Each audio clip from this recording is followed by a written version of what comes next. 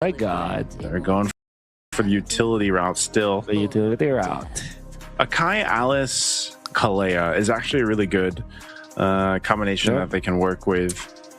A lot of pick-off potential with this, but yeah, you're putting a lot of your damage kind of in your damage basket towards the CC and the Kimmy, which is what we saw a lot yesterday too. You know, a lot of banking on that Kimmy to be a big portion of that damage profile. Yeah.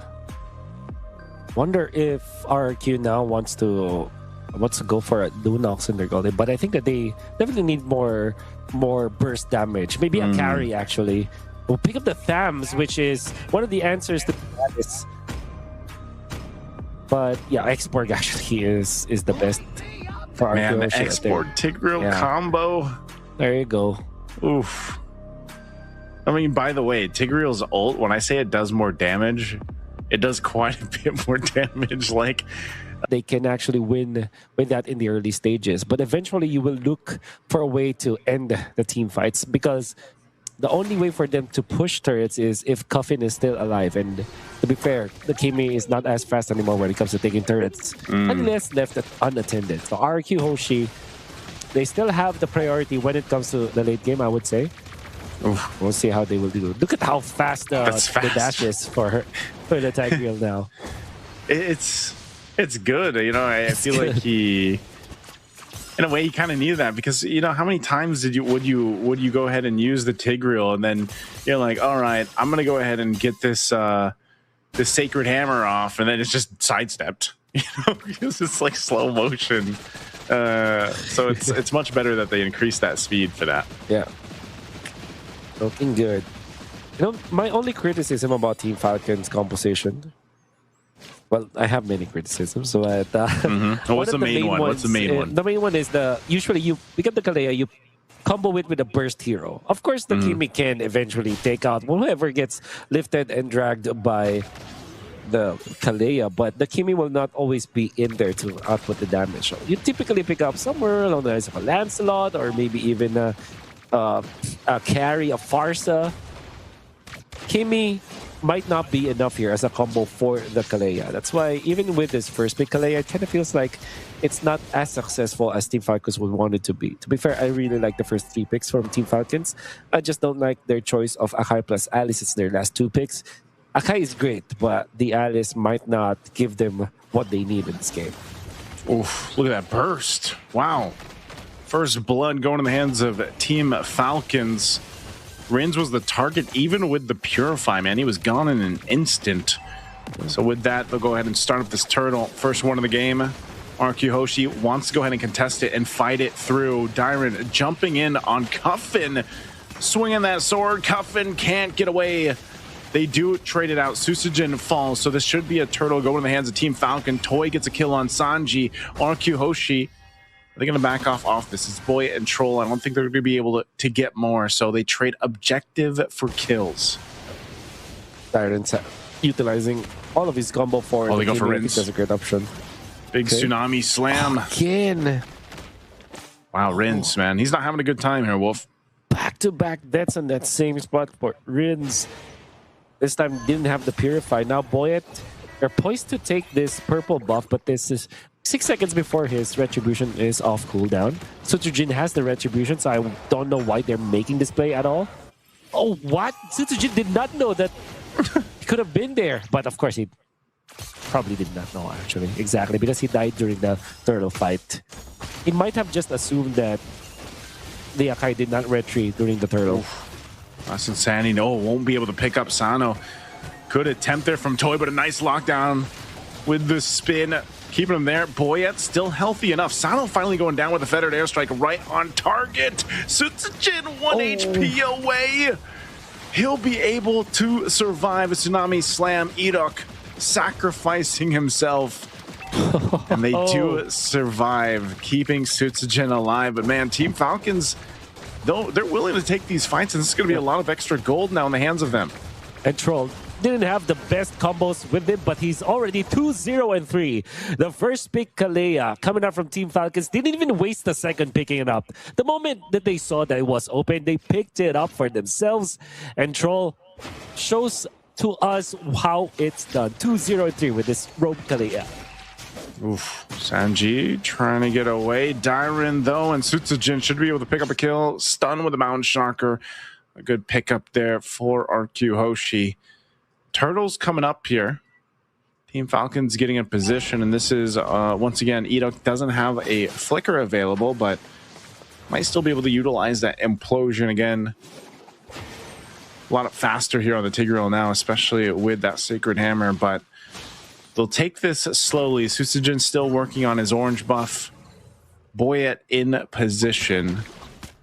And they'll just stall it out. They might even just give this up as he just goes for his purple instead. Looks like that's going to be the play here for RRQ HOSHI. Just going to give it up. Not going to waste. They are just going to farm on this Yeezen chain. I think this has got a lot of catching up to do. Rarely does Akai have the advantage over the Yeezen chain, but because of the turnout of the early game, Team Falcons have found their opening. 1-0 and 4 for Boyet. 100% kill participation. Him and Troll has been all around the map. And the usual suspect there is Rids. Picking up kill onto that far sub allows them to still teamfight after an extended clash. Yeah, good stun there, but it looks like they're going to reinitiate after Troll was able to escape. A last insanity going to be used. Sano will survive, but it looks like just a pure disengage on both sides after ultimates were thrown. But RRQ HOSHI still holds on to the battle spells. Toy's going to try to get out of here.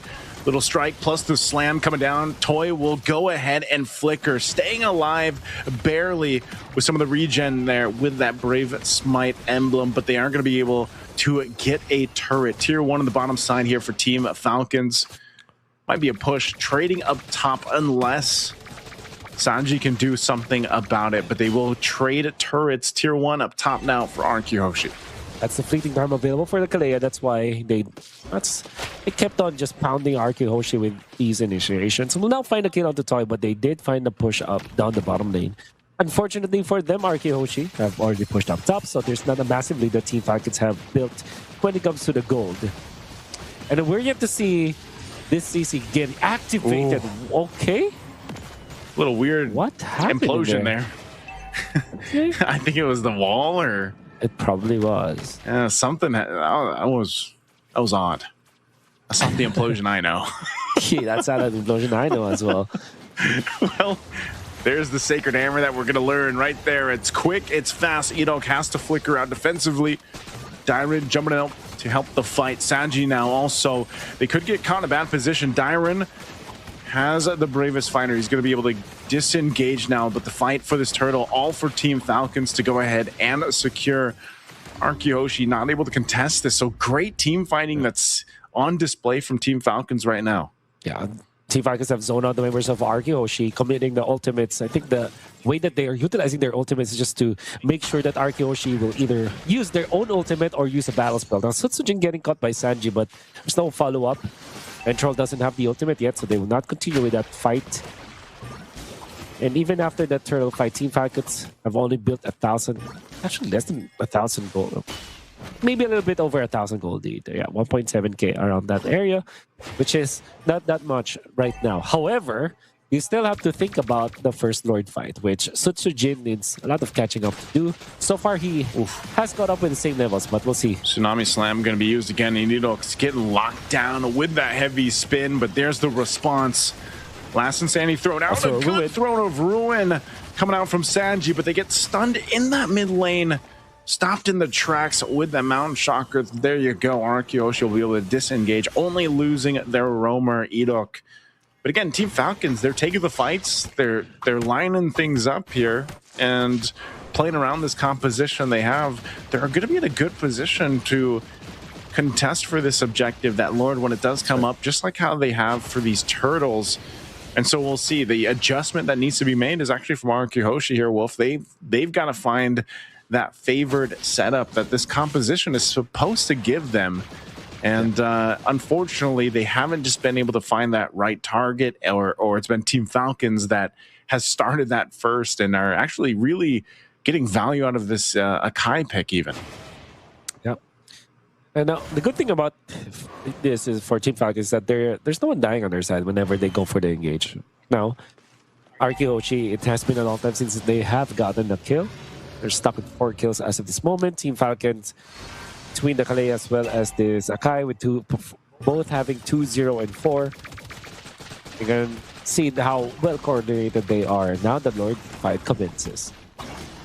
Commencing on through for this turtle. Oh, there's the implosion. There's the setup, bringing him back so quickly. Heavy spin going to be used as well, but Cuffin dealing with Dyron all over. He has no space to work with. Oh, he gets some airtime, and Dyron can't actually capitalize on the kill. And now RRQ HOSHI might decide to re-engage on Sanji here. He's still got the Gleam available. Troll jumps in to body block for him. And it's just a trade, the 2-for-1, as the Lord still stands as well. RRQ HOSHI with a bit of a numbers advantage, but Team Falcons, they'll be back in fighting form to contest this Lord if they can get here in time. Big recovery coming up from RRQ HOSHI. This time the Edok Tigreal, stuff of legends that we've seen before. Finally finding the good opening, and you can see how quick the dash is once again. Rins and now supplementing the damage, and of course RRQ HOSHI is there to supplement this implosion. Still, Coffin was able to kill. I don't know how they managed to get a kill at the Setsujin, but it was actually Troll. I mean, still 3-0 and 4 as of this moment, and now the Lord fight. Round number 2 begins. All ultimates available for Team Falcons as well as RRQ HOSHI. Fighting for this Lord to break out. Cuffin in position. Susujin's going to make his way. Oh, Cuffin. Dyron already jumping forward. Landchecker going to be down 2, and it does go for a reset. Not a full one. Not sure if Boyet's still giving the call to go ahead and continue this on. Yeah, Coffin, oh my goodness. How bold is this guy? Oh, Tsunami Slam. Feathered Airstrike drop down 2. Nice throw and ruin towards the back end.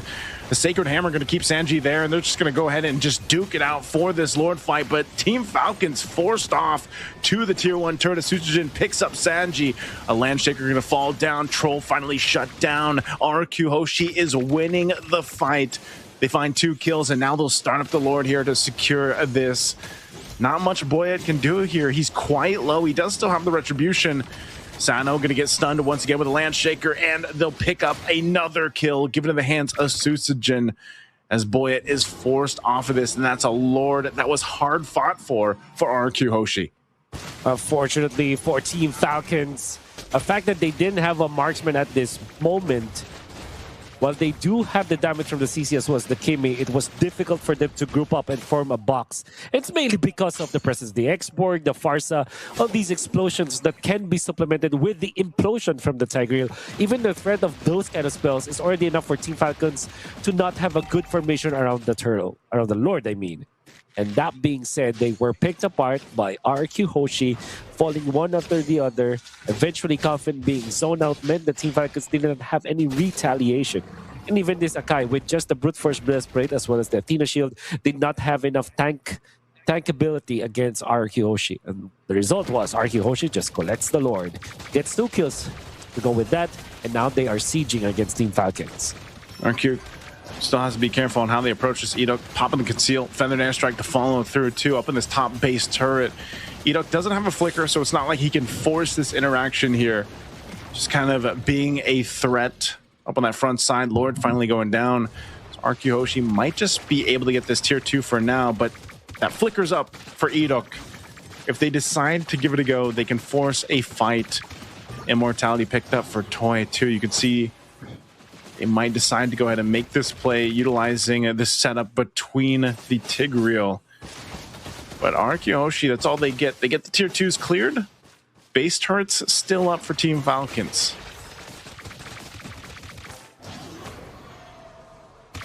Gonna be a tricky situation now for Team Falcons because we are at 13 minutes and they should be winning at this point. Just like in the first time we saw this utility jungler plus double fighter setup where they kind of just run out of steam come the late game. It's the same situation here. Now RRQ HOSHI, they have the Yisenshi, they have the Export, they have the Farsa, they have so much damage going in for them the longer the game goes. Yep. So this is a difficult scenario to be in if you're Team Falcons. They have risked this kind of composition with the Alice last pick. The Akai made a lot of sense. I think it was a good pick, but that Alice now Sanji has not proven yet to us how good that pick was. We'll see if in the late game they can find a miracle set to counteract what RRQ Hoshi is doing. But right now, you can say that RRQ Hoshi has the much better lineup, and now this is their power spike for sure. 14 minutes in, you have 4 items on the Eastern Chain. You have Export with the Immortality and the Brute Force Breastplate. You have Farsa with 3 big items, even with the Lantern that is very effective against the beefy lineup of Team Falcons. They have all the tools that they need now. For RRQ Hoshi, all they need to do now is to team fight properly.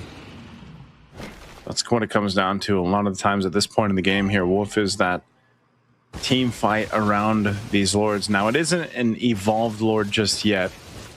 Those seem to be more of the, obviously, the crucial ones, but a lot of the cases, again, average game time is, you know, around this point, even a lot of games ending off that first lord sometimes. So RRQ Hoshi getting in position, Edok the one to keep an eye on, deciding if he's going to go ahead and start the fight up with the implosion or how they decide to set this up. The heavy spin alone from Buoyant actually is causing some havoc in terms of setting things up. And like you mentioned, I think this is the time for Sanji to make this work. A lot of times he's thrown out the Gleam and then showed up towards that back line and thrown of Ruins, but he does have the Winter Crown now too, so might give him a better option to get that favorable positioning against RRQ Hoshi if they can make it. You know, set up now for RRQ Hoshi is that they're waiting for the commitment from Team Falcons because they know that they will have a much better spot if they counter engage with the tools that they have. This is the Tigreal. We know for sure that if they start the fights, then Akai can just disengage with the ultimate, and it might not be the best scenario for them. They're not on the rush. They don't have to make the first move this time. Just have to wait for Sutsujin popping the ultimate and counter initiate with this Tigreal. So they're definitely not in a hurry. In fact, the Farsa is low pushing the bottom lane, interestingly. They will have to call on Rins now. Yeah, they're going to have to... I mean, this has been a pretty extended dance in a way here for this one. You know, almost 2 minutes now.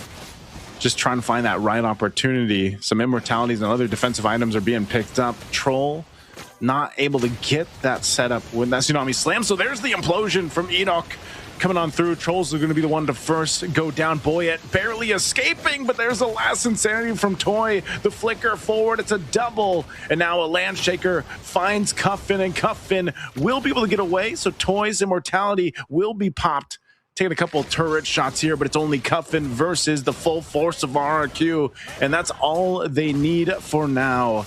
The waves aren't pushing it just yet in their favor. They got that one minion to work with.